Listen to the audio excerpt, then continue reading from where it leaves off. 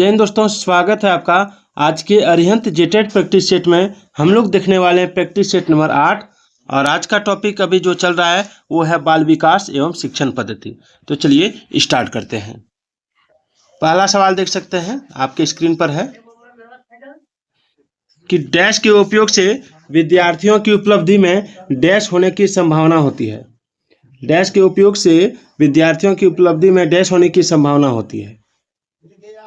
Option है प्रासंगिक पाठ्यक्रम या कमी, शिक्षार्थी केंद्रित शिक्षा शास्त्र कमी, सामाजिक सहयोग वृद्धि, सामाजिक बहिष्कार सुधार। क्या होगा? तो देखिए इसका जो आंसर होगा वो होगा सामाजिक सहयोग वृद्धि, यानी सामाजिक सहयोग के उपयोग से विद्यार्थी की उपलब्धि में वृद्धि होने की संभावना होती है। ठीक है, समाज के बिना बालकों का सर्वांगीण विकास संभव नहीं है, क्योंकि सामाजिक सहयोग से बालक केवल कौशल क्षमता ही प्राप्त नहीं करता, अपितु इसके माध्यम से विभिन्न गुण जैसे आत्मनिर्भरता, परस्पर सहयोग, परोपकार एवं नैतिकता आदि का विकास भी होता है। नेक्स्ट सवाल है कि दिव्यांग छात्रों की शिक्षा के संदर्भ में निम्नलिखित में से किस प्रावधान को राष्ट्रीय शिक्षा नीति 2020 द्वारा बढ़ावा नहीं दिया गया है? तो इसका आंसर होगा अनिवार्य विशेष शिक्षा को। दिव्यांग छात्रों की शिक्षा के संदर्भ में अनिवार्य विशेष शिक्षा के प्रावधान को राष्ट्रीय शिक्षा नीति 2020 में बढ़ावा नहीं दिया गया है, जबकि उपयुक्त इमारती ढांचा, प्रत्येक विद्यार्थी के लिए एक शिक्षा और निजी शिक्षक, उपयुक्त तकनीकी सुविधाएं, ठीक है, इन सबको बढ़ावा दिया गया है। आगे है डिसलेक्सिया मुख्य रूप से किस कठिनाई से जुड़ा है? पढ़ना, गायन, सोच या चलना। तो देखिए डिसलेक्सिया जो बीमारी होता है बच्चों में, ये एक प्रकार का प्रॉब्लम जो आती है, समस्या जो आती है वो पढ़ने में आती है, क्योंकि वो बी और डी में अंतर नहीं कर पाते हैं, पी और क्यू में अंतर नहीं कर पाते हैं। ठीक है ना, कभी कभी क्या होता है एम और डब्ल्यू में अंतर नहीं कर पाते हैं वो। चलिए 4 नंबर है कि मौलिकता का गुण निम्न में से किन बालकों में पाया जाता है? मौलिकता का गुण, तो देखिए मौलिकता का गुण उस बालक में होता है जिसमें सृजनशीलता का गुण होता है, यानी वे बालक जो सृजनशीलता का गुण रखते हैं उसमें मौलिकता का गुण पाया जाता है। अगला सवाल कि जब विद्यार्थियों की संख्या अधिक हो तो किस प्रकार के प्रश्नों द्वारा उनका मूल्यांकन किया जा सकता है? देखिए जब विद्यार्थियों की संख्या अधिक हो तो किस प्रकार के प्रश्नों द्वारा उनका मूल्यांकन किया जा सकता है? तो इसका जो आंसर होगा वो क्या होगा? तो इसका आंसर हो जाएगा आपका ऑप्शन 2, वस्तुनिष्ठ प्रश्न। ठीक है, जब विद्यार्थियों की संख्या अधिक होती है तो वस्तुनिष्ठ प्रश्नों के द्वारा उनका मूल्यांकन किया जाता है, क्योंकि वस्तुनिष्ठ प्रश्न की जांच में कम समय लगता है, जबकि निबंधात्मक प्रश्न, वैकल्पिक प्रश्न एवं अति लघुत्तरीय प्रश्नों को जांचने में अधिक समय के साथ विषयों के विशेषज्ञों की आवश्यकता होती है। नेक्स्ट देखते हैं।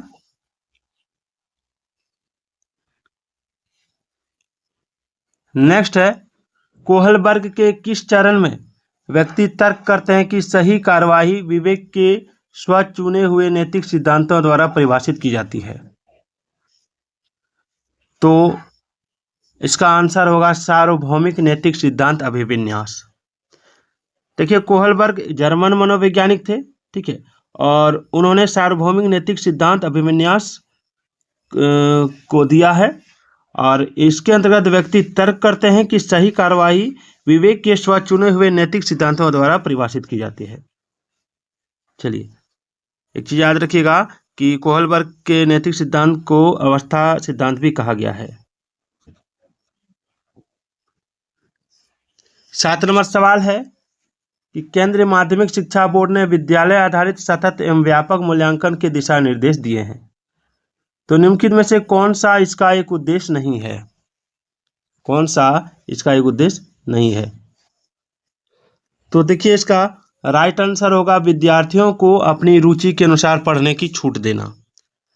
केंद्रीय माध्यमिक शिक्षा बोर्ड ने विद्यालय आधारित सतत एवं व्यापक मूल्यांकन के लिए दिशा निर्देश दिए हैं, जिसके मुख्य उद्देश्य बच्चों पर पड़ने वाले दबाव को कम करना, निदान एवं उपचार के साधन की व्यवस्था करना एवं छात्रों की प्रवीणता के निर्धारण के लिए अंकों के स्थान पर ग्रेडों का उपयोग आदि करना। ठीक है, जबकि विद्यार्थियों को अपनी रुचि के अनुसार पढ़ने की छोड़ देना इसका उद्देश्य नहीं है। 8 नंबर सवाल है कि 5 वर्ष की बच्ची यह तर्क करने में विफल रहती है कि जब पानी को एक लंबे और संकीर्ण गिलास से एक चौड़े बर्तन में स्थानांतरित किया जाता है तो पानी की मात्रा समान रहती है। तो पियाजे के अनुसार इसका क्या कारण है? पियाजे के अनुसार इसका क्या कारण है? तो देखिए, पियाजे के अनुसार इसका कारण है वह प्रतिवर्ती सोच नहीं रखती है। कौन सा सोच नहीं रखती है? प्रतिवर्ती सोच। ऐसी स्थिति में लड़की में प्रतिवर्ती सोच का अभाव पाया जाता है। प्रतिवर्ती सोच लोगों को प्रत्यक्ष रूप से तर्क करने की क्षमता रखती है। प्रतिवर्ती विचार के अभाव में व्यक्ति तर्क करने की क्षमता कमजोर कर लेते हैं। एक नया विषय पढ़ाना शुरू करने से पहले एक शिक्षक के लिए यह जानना महत्वपूर्ण है कि बच्चे पहले से क्या जानते हैं। सामान्य भ्रांतियां, आगे देखते हैं, आगे भी है। या विषय सीखने के लिए पूर्वापेक्षाएं या विद्यार्थियों की पसंदीदा अधिगम शैली। तो इसका राइट आंसर हो जाएगा ऑप्शन 4, यानी ये चारों हो जाएगा। 10 नंबर सवाल है कि विशिष्ट जानकारी के स्मरण पर आधारित प्रश्न का उत्तर देने के बाद एक विद्यार्थी इस बात पर विचार कर रहा है कि इस कार्य में किन संकेतों ने उसकी मदद की। ऐसा करने से विद्यार्थी डैश का विकास कर रहा है। तो देखिए, इसका जो राइट आंसर होगा वो क्या होगा, इसमें भराएगा आपका अधिसंज्ञान। ठीक है, विशिष्ट जानकारी के स्मरण पर आधारित प्रश्न का उत्तर देने के बाद एक विद्यार्थी द्वारा इस बात पर विचार करना कि इस कार्य में किन संकेतों ने उसकी मदद की है, तो इस क्रम में वह अधिसंज्ञान का विकास कर रहा है। अधिसंज्ञान का अर्थ होता है संज्ञान के बारे में संज्ञान, यानी सोच के बारे में सोच और किसी व्यक्ति की जागरूकता के बारे में जागरूकता विकसित करना। अगला है कि व्यक्तिगत विभिन्नताओं के विकास हेतु पूर्व माध्यमिक कक्षाओं में बालकों का शिक्षण किस प्रकार किया जाना चाहिए। तो देखिए, बालकों का शिक्षण करने के लिए खेल विधि के माध्यम से बालकों को गणित तथा भाषा का ज्ञान देना चाहिए। उन्हें अक्षर ज्ञान तथा गणना की जानकारी प्रारंभ से ही मौखिक रूप से दी जानी चाहिए। लिखने तथा सिखाने से पूर्व बच्चों से चित्र बनवाया जाना चाहिए, यानी ऑप्शन 4 उपरोक्त सभी हो जाएगा। 12 नंबर है, एक अभिकथन दिया है, फिर इसका तर्क दिया है, कारण दिया है। गणित के शिक्षकों को लड़कियों से कक्षा में बहुत कम अपेक्षा रखनी चाहिए। ये तो गलत है। लड़कियों में गणित को समझाने की आनुवंशिक क्षमता नहीं होती, ये भी गलत है। ये और आर दोनों गलत है। ठीक है, दोनों कथन गलत है। कभी भी लड़कों की अपेक्षा लड़कियों को कमजोर नहीं समझना चाहिए। ठीक है, जब बच्चे अपने अनुभवों को अपने वर्तमान स्कीमा में समाहित करते हैं तो इसको क्या कहते हैं। देखिए, बच्चे जब अपने अनुभवों को अपने वर्तमान स्कीमा में समाहित करते हैं तो इसको आत्मसातीकरण कहते हैं। आत्मसातीकरण वह प्रक्रिया है जिसमें बालक नए ज्ञान को पूर्व ज्ञान योजनाओं में शामिल कर लेता है, अर्थात बालक नए ज्ञान का आत्मसात अपने पुराने स्कीमा में कर लेता है। ठीक है,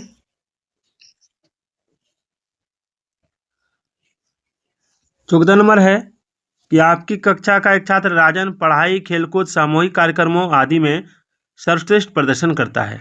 इसका अर्थ है कि वह एक तो देखिए, इसका अर्थ है कि वह एक बहुआयामी बुद्धि वाला छात्र है। ठीक है, कौन सा छात्र है? बहुआयामी बुद्धि वाला। बहुआयामी बुद्धि का बालक शैक्षणिक व शिक्षण सहभागी गतिविधियों दोनों में बेहतर प्रदर्शन करता है। वह तर्क शक्ति व तीक्ष्ण बुद्धि होने के साथ साथ शिक्षण सहयोगी गतिविधियों जैसे खेलकूद, सामूहिक कार्यक्रम व वाद विवाद में सर्वश्रेष्ठ प्रदर्शन करता है। आगे देखिए, प्रगतिशील शिक्षा के अंतर्गत बालक में आत्मानुशासन के विकास के लिए किस बात पर जोर देना चाहिए या दिया जाना चाहिए। तो इसका आंसर होगा बालकों में उत्तरदायित्व की भावना के विकास पर। ठीक है, प्रगतिशील शिक्षा की अवधारणा का विकास संयुक्त राज्य अमेरिका के मनोवैज्ञानिक जॉन डीवी ने किया था। इसका एकमात्र उद्देश्य बालक में उत्तरदायित्व की भावना का विकास करना है। आत्मानुशासन उत्पन्न करने में उत्तरदायित्व की भावना का जो विकास है वो विशेष महत्व है। इसे उत्पन्न करने के लिए विद्यालय के अधिकतर का जो काम है, ठीक है, स्वयं विद्यार्थियों के को सौंप दिए जाने चाहिए। 16 नंबर है कि निम्न में से यह किसका कथन है कि ज्ञानात्मक विकास नकल पर आधारित न होकर खोज पर आधारित होता है। तो देखिए इसका राइट आंसर होगा जीन पियाजे का कथन है। किसका कथन है? जीन पियाजे का। ठीक है, चलिए आगे बढ़ते हैं। अभी बहुत इंपॉर्टेंट क्लास चल रही है। 17 नंबर सवाल है कि अधिगम का सामाजिक संरचनात्मक विचार अधिगम प्रक्रिया में डैश के महत्व पर बल देता है। तो देखिए इसमें जो आंसर होगा वो हो जाएगा पारस्परिक क्रियाओं पर। ठीक है, किस पर बल देता है? पारस्परिक क्रियाओं पर। सामाजिक संरचनात्मक विचार इस बात पर बल देता है कि पारस्परिक क्रियाओं के माध्यम से ही अधिगम प्रक्रिया का प्रसार एवं इसे प्रभावी बनाया जा सकता है। चलिए, समावेशी शिक्षा का उद्देश्य क्या होता है? तो देखिए समावेशी शिक्षा का उद्देश्य होता है सामान्य बालकों के साथ असक्षम बालकों की शिक्षा व्यवस्था उपलब्ध कराना। एक बालक पहले पूरे हाथ को, फिर अंगुलियों को और फिर हाथ और अंगुलियों को एक साथ चलाना सीखता है। तो बाल विकास के संबंध में यह सिद्धांत क्या कहलाता है? तो यह सिद्धांत कहलाता है एकीकरण का सिद्धांत, क्योंकि बालक एक एक करके काम कर रहा है, एक एक करके विकास कर रहा है। पहले उंगली को, फिर सब उंगलियों को, फिर हाथ को, ठीक है ना, फिर सभी उंगलियों को एक साथ चलाना सीखता है। अगला सवाल है कि निम्नलिखित में से कौन सा युग्म सही सुमेलित है? तो सही सुमेलित युग्म में है आपका ऑप्शन 3, मूर्त संक्रियात्मक अवस्था में बच्चा वर्गीकरण व संरक्षण कर पाता है। ठीक है, याद रखिएगा कि प्रसिद्ध मनोवैज्ञानिक जीन पियाजे ने एक संज्ञानात्मक विकास सिद्धांत का प्रतिपादन किया और इसमें उन्होंने संज्ञानात्मक विकास की को 4 अवस्थाओं का वर्णन किया है, जो है इंद्रिय जनित गामक अवस्था। ठीक है, इस अवस्था में जो उम्र होती है वो जन्म से 2 वर्ष तक होती है। फिर है पूर्व संक्रियात्मक अवस्था जो 2 से 7 वर्ष तक होती है। फिर है मूर्त संक्रियात्मक अवस्था जो 7 से 11 वर्ष तक होती है। फिर है अमूर्त संक्रियात्मक अवस्था जो 11 वर्ष से ऊपर होती है। ठीक है, और मूर्त संक्रियात्मक अवस्था में बच्चों में वस्तुओं को पहचानने, उनका विभेदीकरण, वर्गीकरण एवं संरक्षण करने की क्षमता विकसित हो जाती है। एकल अभिभावक वाले बच्चे को पढ़ाते समय शिक्षक को क्या करना चाहिए? एकल अभिभावक वाले बच्चे से तात्पर्य उन बच्चों से जिनके माता पिता में से किसी एक के द्वारा ही बच्चे का लालन पालन किया जाता है। तो इसमें इस तथ्य को अनदेखा करना चाहिए और इससे बच्चे के साथ अन्य बच्चों के समान व्यवहार करना चाहिए। 22 नंबर सवाल है कि प्रतिभाशाली बच्चों के संदर्भ में संवर्धन का क्या अर्थ है? तो इसका जो आंसर होगा वो होगा ऑप्शन 1, ऐसे विद्यार्थियों को वर्तमान स्तर यानी ग्रेड को छोड़कर अगले उच्च स्तर ग्रेड में प्रोन्नत करना चाहिए। बच्चों के लिए मुफ्त एवं अनिवार्य शिक्षा अधिनियम 2009 में अनिवार्य शब्द का अर्थ क्या है? तो इस शब्द का अर्थ है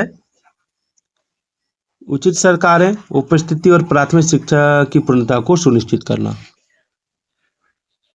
अगला सवाल है कि किशोरों के अंदर जो सामाजिक नेतृत्व का गुण पाया जाता है उसका संबंध किससे होता है?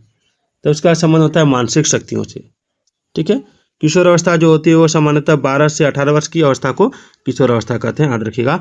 और इस अवस्था में बालकों का तीव्र शारीरिक एवं मानसिक परिवर्तन दिखने लगता है और इस अवस्था की अपनी कुछ प्रमुख विशेषताएं जैसे पूर्ण वृद्धि, विकास, ध्यान केंद्रण क्षमता में वृद्धि, स्मरण शक्ति बढ़ना, इसमें स्थायित्व, सामाजिक संबंधों में वृद्धि एवं सामाजिक नेतृत्व गुण का विकास आदि आता है। चलिए नेक्स्ट सवाल देखिए। अगला है कोहलबर्ग के नैतिक विकास सिद्धांत के किस चरण में बच्चे नियम एवं व्यवस्था के अनुपालन के प्रति जवाबदेह होता है? तो हो जाएगा इसमें ऑप्शन 2, अधिकार संरक्षण अभिमुखता। ठीक है, अधिकार संरक्षण अभिमुखता चरण में बच्चे नियम एवं व्यवस्था के प्रति जागरूक होते हैं तथा वे नियम एवं व्यवस्था के अनुपालन के प्रति जवाबदेह भी होते हैं। चलिए अगला है कि शिक्षण में संपूर्ण उपागम की संस्तुति की जाती है। क्यों? क्योंकि यह शिक्षण को सार्थक दिशा निर्देश प्रदान करता है। अगला है कि आसना अच्छा करती है क्योंकि वह दूसरों द्वारा अच्छा देखा जाना चाहती है। वह लॉरेंस कोहलबर्ग के नैतिक विकास के किस चरण में है? आइए देखते हैं।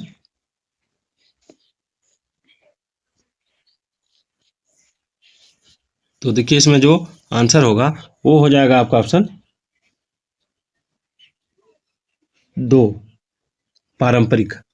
आसना अच्छा करती है क्योंकि वह दूसरों द्वारा अच्छा देखा जाना चाहती है और लॉरेंस कोलबर्ग के नैतिक विकास के पारंपरिक चरण में स्थित है, याद रखिएगा। जो 10 से 13 वर्ष की आयु का होता है। चलिए अगला है कि डैश का व्यक्ति दया और सहानुभूति में विश्वास करता है तथा उसे सत्य और मानवता में अगाध श्रद्धा होती है। तो इसमें जो आंसर होगा वो हो जाएगा सामाजिक व्यक्तित्व। 29 नंबर है कि बच्चे अपने समाज के संबंध में ज्ञान रहने के कौशल, मूल्य, रीतियां किससे सीखते हैं। तो इसमें जो आंसर होगा वो हो जाएगा आपका ऑप्शन आस पड़ोस, धर्म, स्कूल, समकक्षी समूह, यानी ऑप्शन 4 हो जाएगा।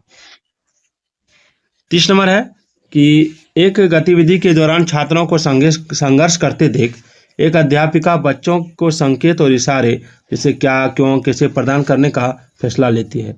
तो लेव वाइगोत्स्की के सिद्धांत के अनुसार अध्यापिका की यह योजना अधिगम के लिए पाठ यानी आधारभूत संरचना का काम करेगी। वीडियो कैसी लगी कमेंट जरूर कीजिएगा।